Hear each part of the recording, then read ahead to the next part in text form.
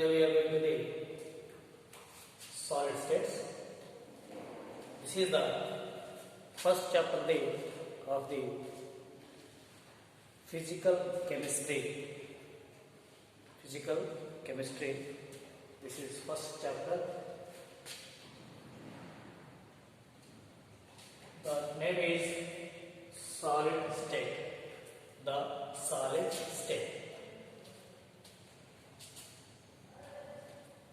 You know already matter can exist. Matter can exist. Three physical states. Matter can exist. Three physical states. That is solids, liquids, and gases.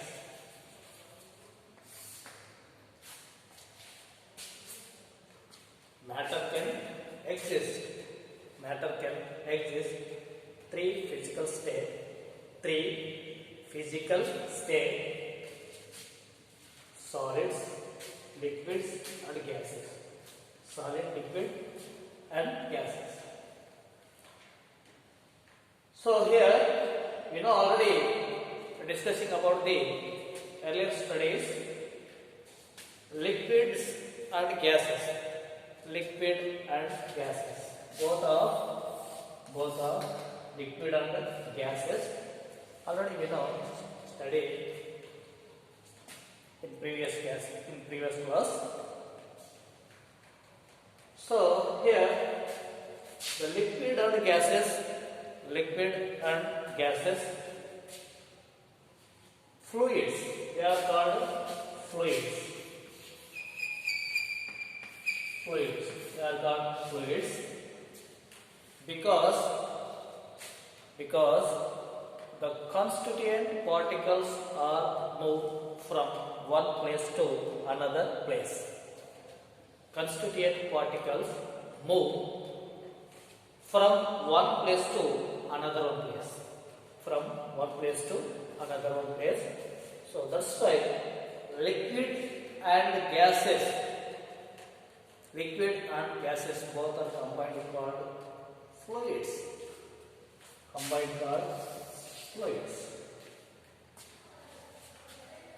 Here in solids, the constituent particles are fixed. So that's why they cannot move one place to another places. So that's why they can have rigid nature. You know, generally, so many things around us, the solids. Daily we have to use so many solids, whatever you have to take, whatever it may be. This is the checklist. This is one of the solid.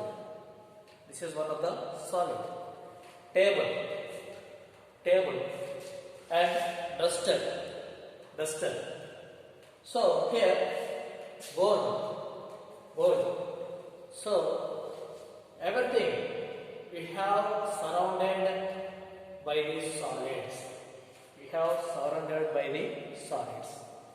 So we have so many applications. We need so many solids.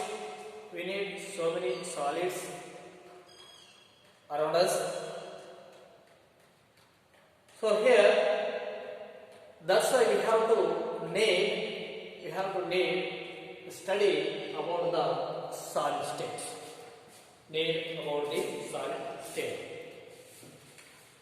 Here, this chapter, solid state,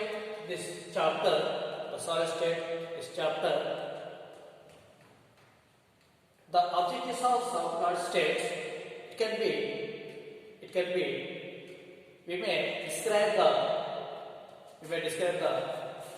what is the general characteristics of solids, and we'll describe types of solids, and we'll describe classification of solids, we'll describe closed packing structure of the solids, and we'll describe packing efficiency, and we'll describe imperfection of solids, and what is the properties means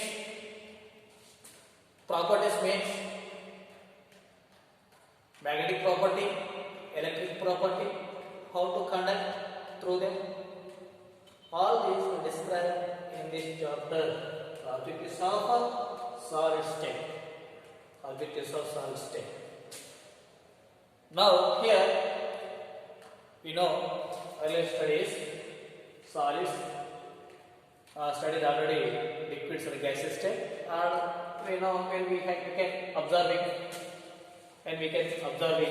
liquid,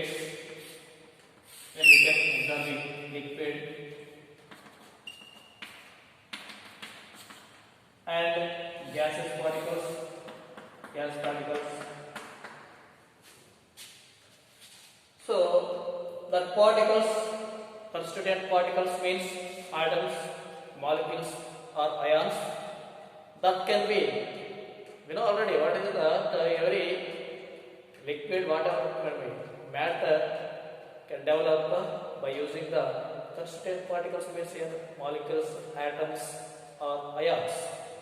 So here that particles moves from one place to another place.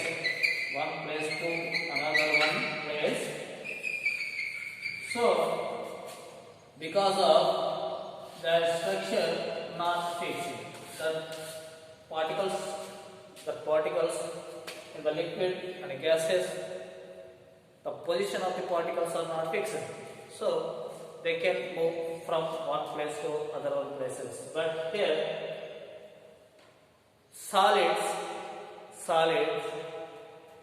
they have a regular or a particular structure, a definite shape, a definite value, and definite mass. So that's why constituent particles does not move one place to another places. So they have some fixed positions. They can vibrate only. Their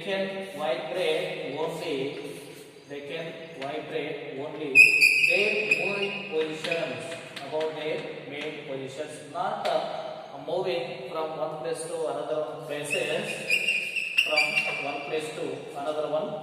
So that's why they can move only mean positions. They can oscillate only the mean positions.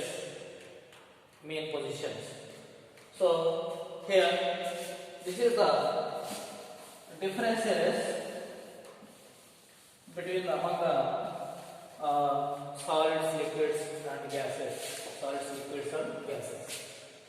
So here the purpose, here we have to study of the solid state, the purpose, the useful, we can making some other structures by using their knowledge.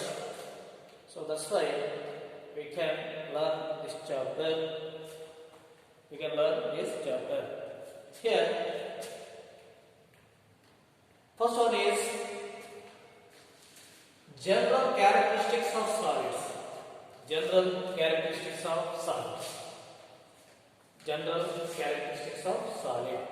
So what is the characteristics of solids? So here the first point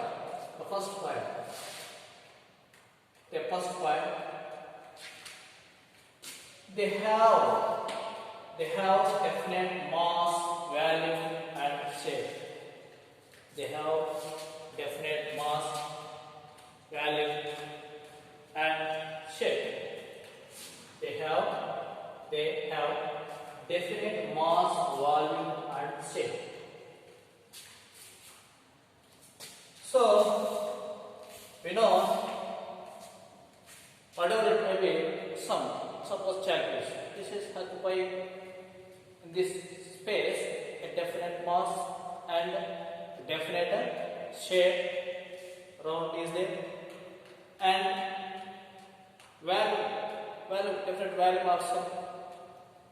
So we can see and observe like this is and chapter. This is one of the definite shape, mass and value, and like this.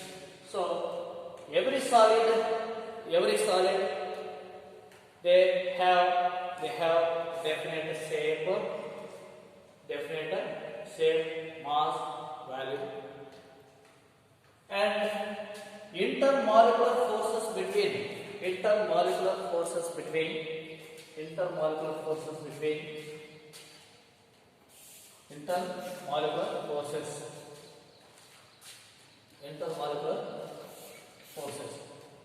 are strong between the atoms or ions, the constituent particles, whatever it may be solids, that have intermolecular forces are strong. Intermolecular forces are strong, and the distance between the particles short. Distinction between the particles are short.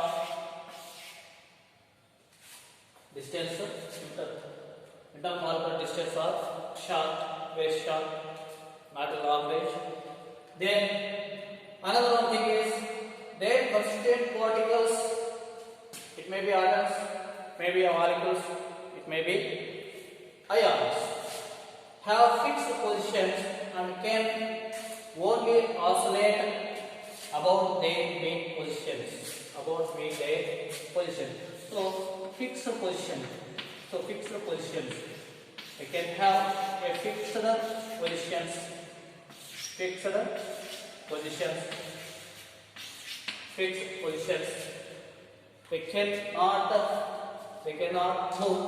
cannot move. So that's why just moving, just vibrating.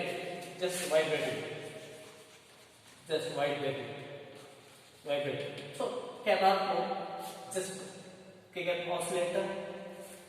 They mean position only mean position only like this. So that is the can oscillate only mean positions. Just vibrate. Cannot move one place to other places. So constituent particles have fixed and can only move or oscillate their main positions only. And another one thing is they are incompressible and rigid. Incompressible. So not compressed. You cannot compress it. Incompressible and rigid. Why? Because they have fixed positions. So due to these reasons, the solids are rigid nature. Why the solids are rigid? Because incompressible nature. They have a fixed position.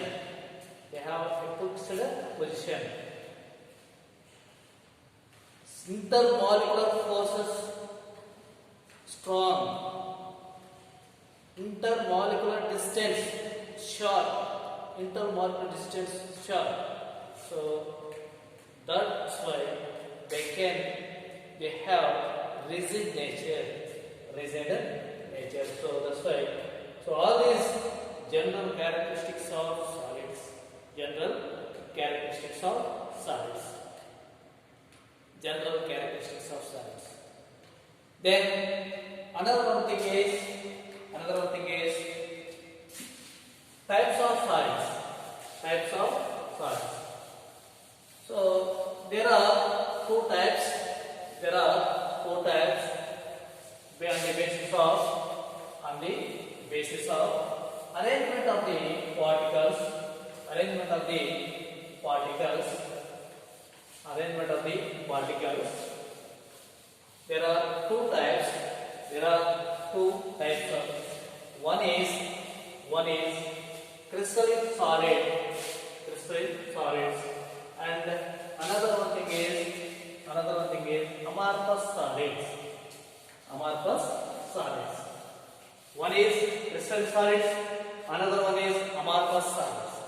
Amorphous solids. Crystalline solids, and another one is amorphous solids.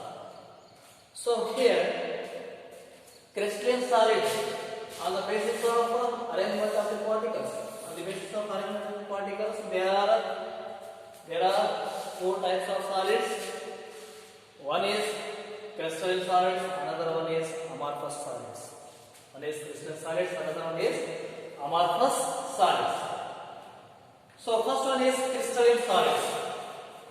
First one is crystalline solids. Crystalline solids. Crystalline solids. First one is crystalline solids. First one is crystalline solids. The solids whose constituent particles. The solids whose constituent particles are. The solids whose constituent particles are a long range order. A long range order and a definite geometrical shape. Definite geometrical shape. Long range order and definite shape. Definite geometrical shape. The type of solids are called crystalline solids. The type of solids are called crystalline solids. The arrangement of the constituent particles are long range order. Long range order and they can have definite geometrical shape.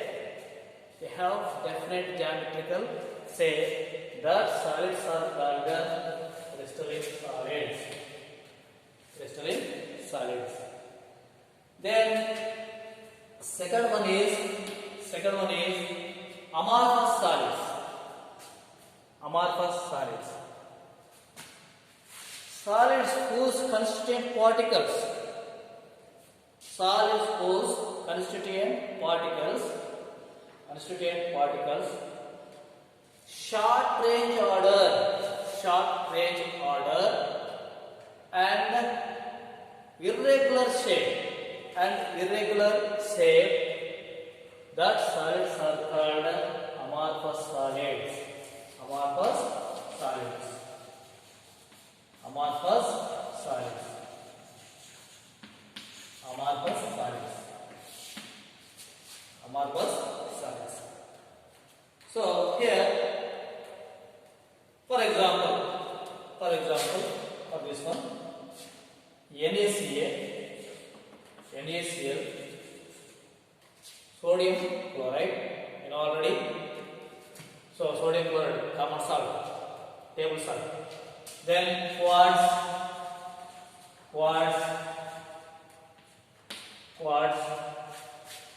then diamond.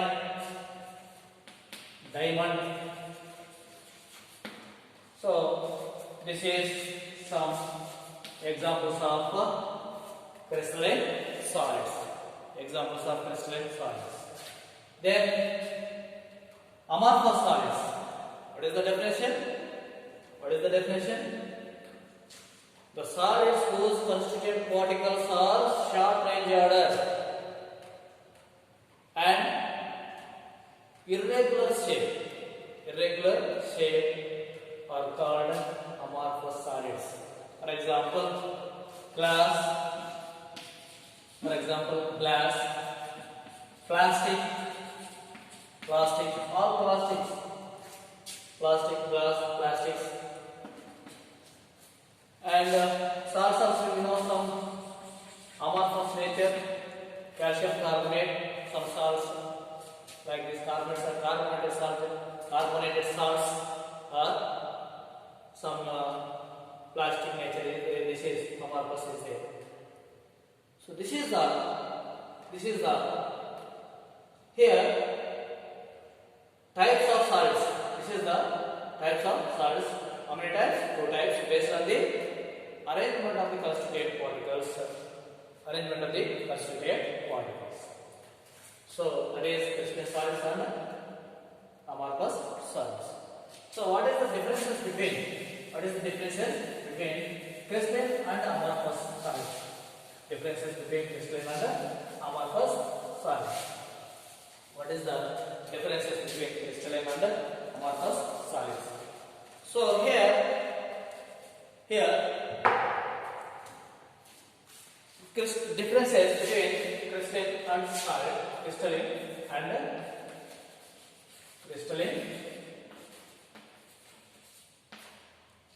solids,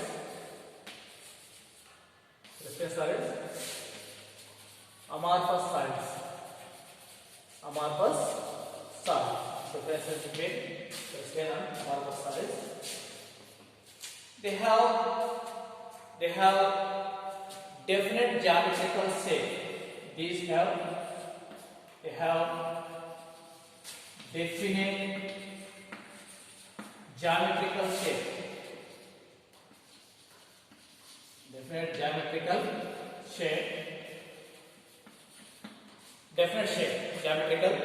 Particular structure. They have definite geometrical shape, and here they have irregular shape,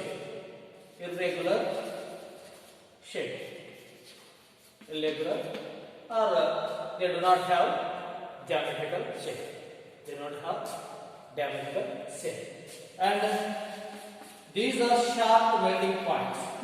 Sharp melting points.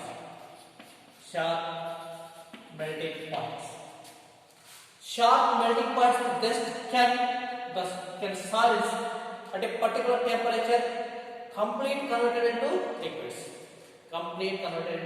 So they have these sharp melting points. These have do not sharp melting points. Do not have sharp melting points. And this is the constituent particles. The constituent particles are fixed positions. All are fixed positions. Sharp melting points. These are true solids.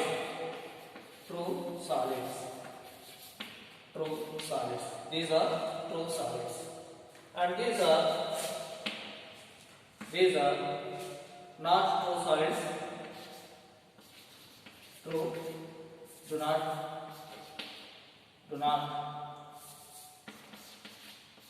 not true solids.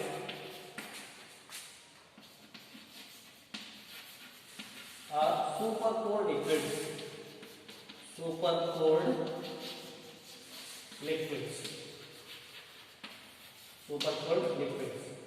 And anisotropic nature. These have anisotropic nature. And these have isotropic nature.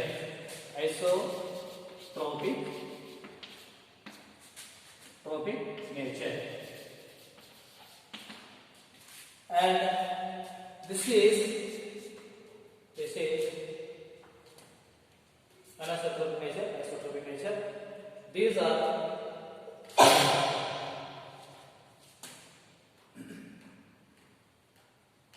isotropic nature.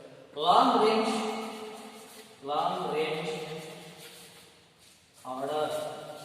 range order. So these are the constituent particles in this short range order.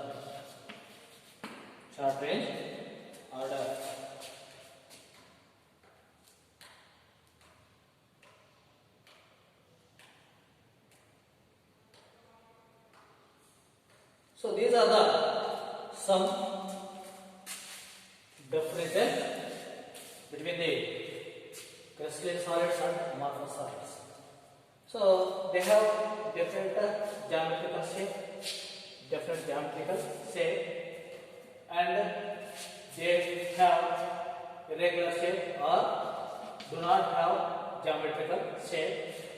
These are sharp melting points. They do not have sharp melting points. These are true solids, and these do not have